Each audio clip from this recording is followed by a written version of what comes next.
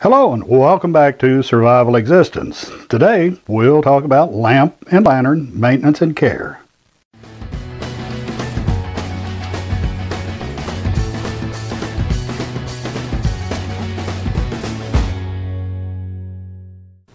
I guess first off we should distinguish between lamps and lanterns.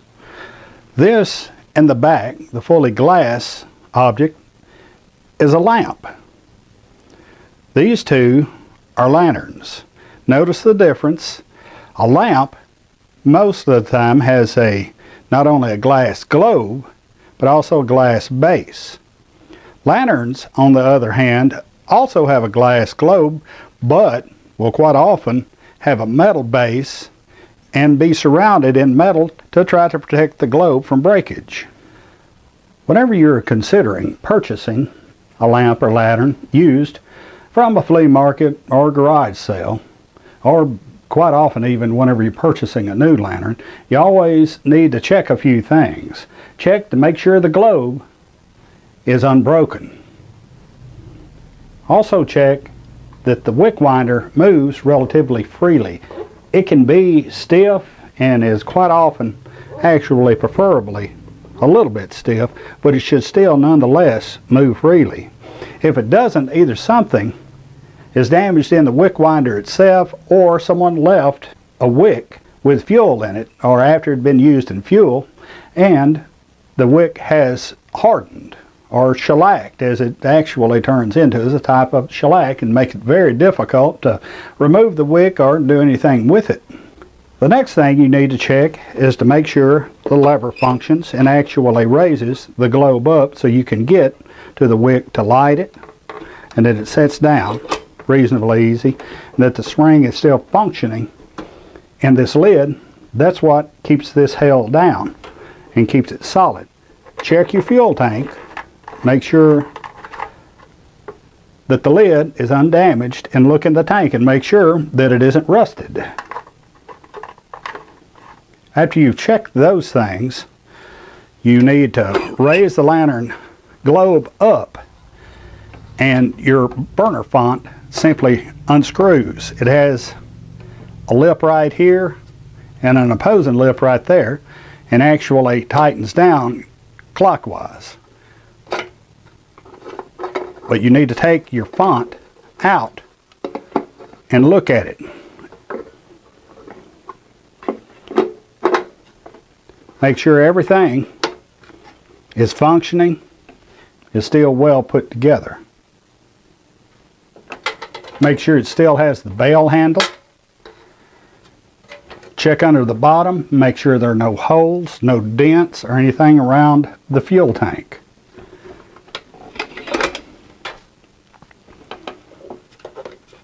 Run the wick winder up, make sure it moves relatively freely. Don't be too terribly concerned about the wick, because you're going to need to buy new wicks anyway. And always buy extra. This glass lamp functions very much the same way. You want to check your wick winder to make sure it's relatively free. Check your globe to make sure there are no cracks. Set it to the side. And the fonts on these type lamps normally unscrew. So remove your font and check the bottom of your winder.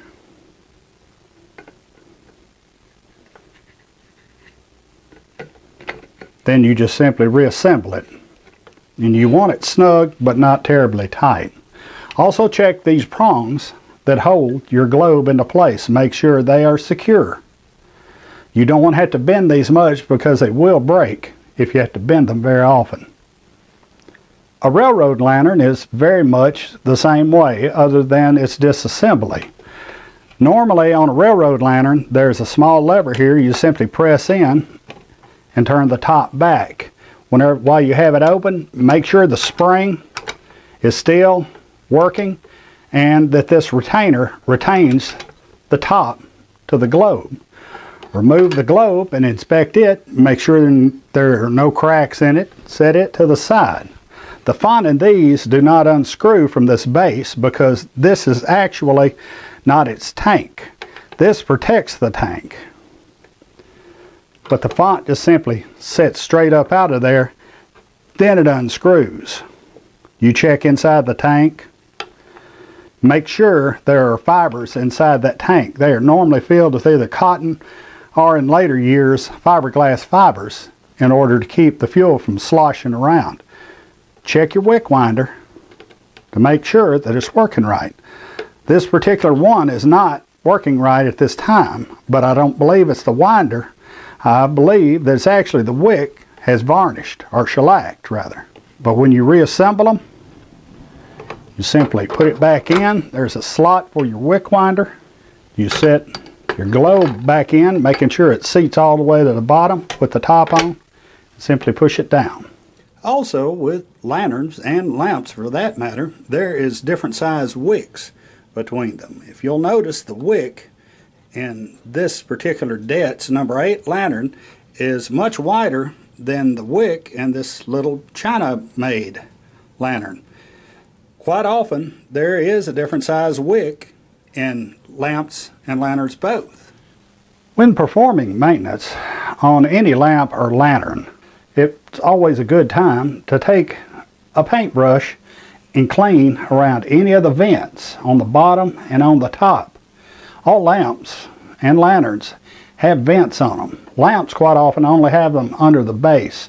Lanterns normally have them under the base and at the top for proper ventilation.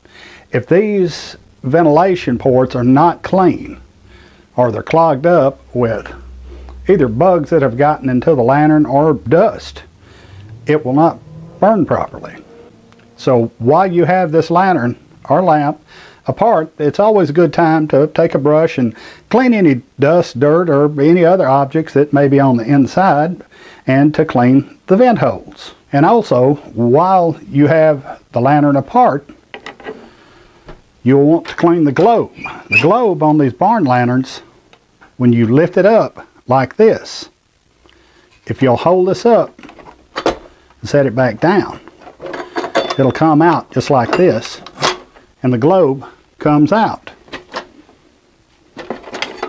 Set that back up, and then you can simply raise this up out of the way and completely remove the font.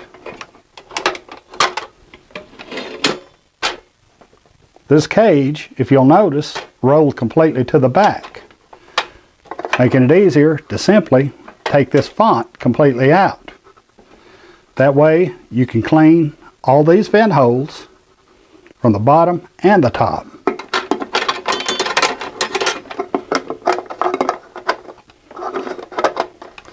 While you have the globe out, you need to wash it with some warm soap and water. Never put your globes, of course, under water whenever they're still hot. They will crack. And while you have your lantern apart, it's always a good time to trim the wick. If you'll notice, this wick is burnt. Just the burnt part needs to come off. It also needs to be flat, or if you like a more pointed flame, you can simply cut the corners off, or some people will simply round the wick off. I prefer to have mine simply squared.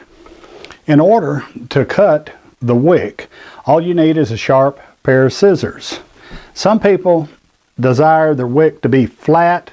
That's how I like mine done. Some people will cut just these corners off, make a little bit more pointed flame, and some people will simply cut it in a half moon shape. I prefer to cut mine straight across. The preference is always up to the individual, but I find no difference whatsoever in the amount of light and how clean the lantern burns, regardless of how you cut the wick, as long as it is straight and uniform. But whenever you trim the burnt part off of a wick, which you should do so it'll burn more efficiently and give off better light, make sure and burn and cut all the burnt part off of it with a sharp pair of scissors. And like I said, I cut mine just simply straight across. If you're not sure whether it's straight or not, simply turn your wick winder down. You'll see that that is in fact straight. It's very uniform. And now this lantern's ready for reassembly and to be lit when needed.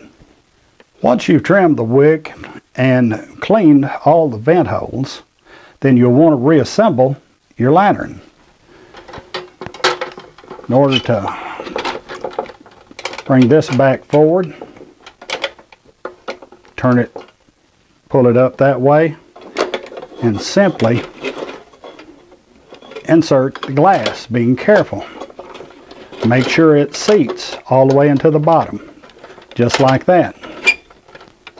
Pull the chimney all the way up, rock the globe back, and make sure the chimney sits down evenly on top of the globe. Now that we have cleaned this lantern completely, the vent holes, checked the wick winder, the wick, and the inside of the tank, made sure the spring on the chimney is working, and washed the globe, we're ready to light it since we've reassembled. In order to light a lantern or a lamp, either one, you simply lift the globe up on lanterns or remove the globe or chimney on a lamp. You turn your wick up just enough to where you can light it, and then you'll turn it back down almost immediately to where it's just burning only.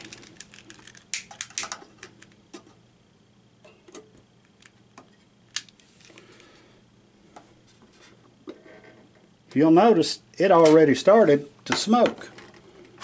And then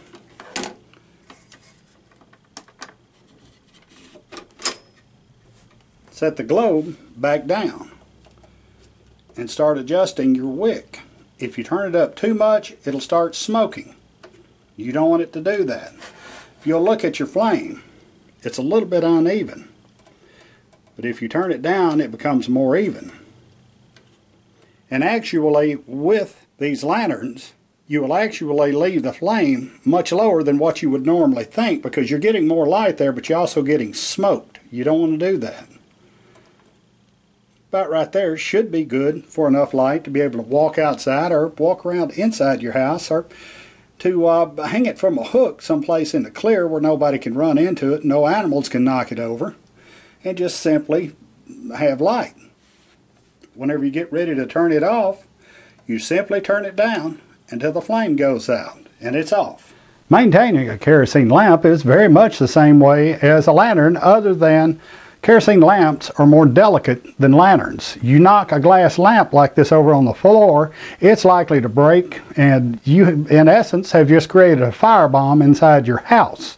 That's why if you elect to use kerosene or oil lamps, always set them someplace high enough away from any children or any place that any pet could possibly come in contact with it, or even yourself accidentally knocking it over. That's why I usually suggest using a lantern.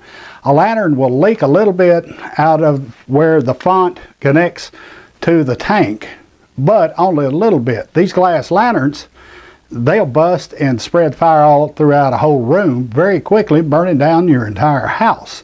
So if you do elect to use a kerosene or oil lamp, be extremely careful. They are very dangerous. In order to maintain these lamps, you simply wash the globe just like you would on a lantern, and unscrew and check your font or burner. Make sure everything is clear on the inside of these vent holes. These vent holes actually come up and through the top where the wick goes in order to bring air up for that wick to burn easily and equally. Also gathers air from these little side vent holes. If everything is in fact in good shape, put the font back on. Make sure it goes on square and sets down, and tighten it up firmly. With your wick winder working efficiently, then simply check your wick. This wick doesn't need to be trimmed off. There's only a few burnt places. at the very top of it. It's been trimmed recent enough that's just not necessary to trim it this time. But once you have cleaned your lamp and you're ready to light it, simply bring your wick up just a little bit, just enough to light it.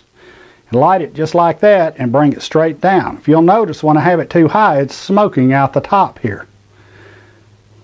But bring that flame down to a small level. When you put your globe back on, make sure the base of your globe is on the inside of each one of these prongs. If you don't, the globe will fall out and break. This globe is necessary in order to have the chimney effect, for air to come up and bring the heat out the top and increase the burning. If you'll look at the color of your flame, it's yellow. Your flame should not be yellow. We put this globe back on, get it on properly, notice it lightened up in color. Then you adjust your flame. But see, I smoked it right there. It'll smoke the whole inside of this glass, besides stinking in your house. If you'll notice, now not nearly as much light is being put out because of that globe being smoked. Now, I thought that this wick was properly trimmed. Evidently it's not, according to the way the flame is shaped. So I'm going to cut that off and take this globe off. And as soon as it cools, I'll wash it. But after the fire is out on this, I'll bring this wick up and properly trim it to get a level flame. Let's see if that does any better as soon as I get the globe re-washed. Now that I've trimmed this wick off, I'm going to relight this lamp. I've also washed the globe to get all the smoke out of the inside and let it completely dry.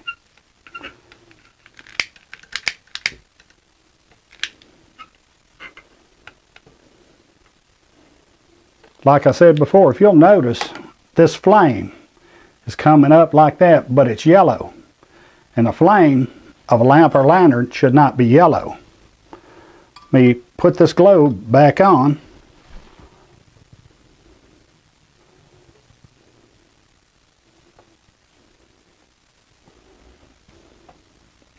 Let all the sweat get off the inside of the lamp, and we'll see how it's functioning. Lamps and lanterns, once they heat up, quite often have to be readjusted when they have warmed up. You'll notice this flame has gotten steadily larger. It's a little bit too much, so I'm going to bring it back down and adjust it about where it needs. And you may have to adjust it anywhere from 1 to 3 times as the lamp or lantern warms up in order to get maximum light. If you'll notice, this flame is starting to grow again, so I'll turn the wick back just a little bit more. That's what a lamp or lantern flame is supposed to look like when it's burning cleanly and properly, once the wick has been trimmed and the lamp has been cleaned. This Handlin railroad lantern appears to be having some problems with the wick winder. Like I said before, I really feel like it is more than likely that the wick has shellacked after setting and not being used very often with fuel in it. Even once you've had fuel in it, even if you empty out the fuel, the wick still obviously has fuel in it and it will shellac. That's one of the reasons why you always have extra wicks for all your lanterns for every size you have. I'm going to disassemble this lantern and remove the wick from the font or burner in this lantern, and I'll feel the wick down lower and see if it's still in good shape. If it is, I'll just reinsert it. If not, I have other wick that I will replace it with. We'll simply disassemble this lantern, setting everything to the side other than the fuel tank, and we will remove the burner itself. this wick feels like it's in reasonably good shape down inside. Now, whether it is, I'm going to roll this wick completely out, or I'll roll it down where I think I can save it, and then I'll roll the rest of the wick completely out. I'll simply make a cut straight across on that wick, just as if I was trimming the top of the wick off at any other given time. And I will attempt to run this wick out the top. And it came as far as it's going to go. Now I have to get a pair of needle nose pliers to grab that wick and take it the rest of the way out. And then I'll check the little tracks. There are little studs that stick out on a couple of wheels on the inside of this wick winder that grabs the wick and pushes it up or pulls it down wherever you need to adjust it to. And now I'll take this pair of needle nose pliers and reach in here and pull this wick the rest of the way out. If you're having to completely replace a wick, you do pretty much the same thing. It's best, if at all possible, to run your wicks out the top. That's the way they're designed to run. But if you can't and you have to pull it out the bottom, then so be it.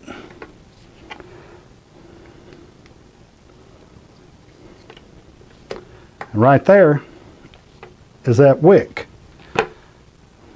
And it does feel a little bit stiff. Now I'm going to feed the wick back in the bottom. You don't feed wicks in through the top when you're replacing a wick. But check your wick winder. While you're at it, look in there and you can see there are some, see if I can get it where you can see it,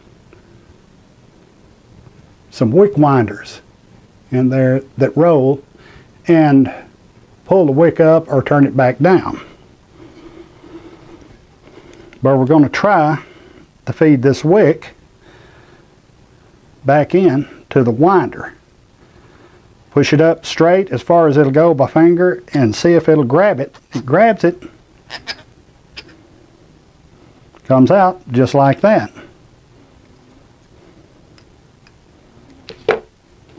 When I cut it, I didn't cut it straight enough, so I'm going to recut this wick and try to make it as flat as possible. As you can see, I don't have a lot of wick left, so I will eventually change this wick out. Make sure your wick's where it needs to be. Then you simply reassemble your lantern. If you'll notice, there's a notch right here for your wick winder handle to fit down into.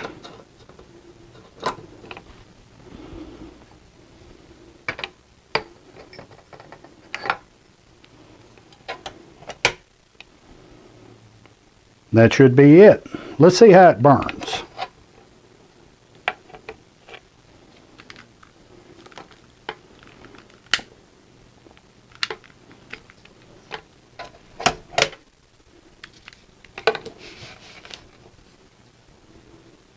Turn it back down just a little bit. If you'll notice how it's coming up to a point, that's what you want. But it'll change and move around just a little bit while it's warming up, because it, like any other lamp or lantern, actually needs to warm up to its most optimum level to efficiently burn the fuel. As your lamp is burning, you must adjust the wick winder to its most optimal level of light without it smoking.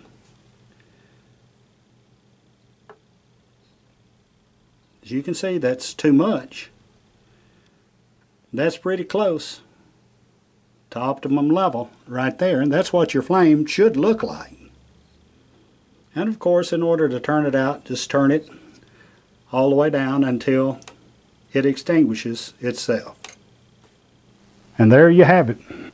While using oil lamp or lanterns, there also is a safety concern that goes along with using them. You should always have a fire extinguisher handy.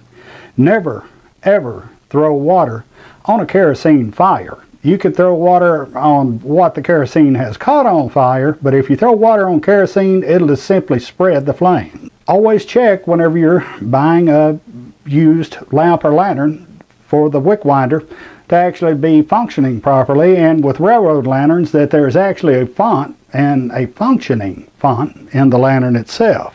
Whenever you use any kind of kerosene or oil lamp, the glass lamps, always make sure that they're up and away from any edge of any table, shelf, or anything else where anyone can possibly accidentally knock the lamp over, or a dog, pet, or a child knock the lamp over and cause a fire. I strongly suggest using lanterns instead of lamps because of that very reason.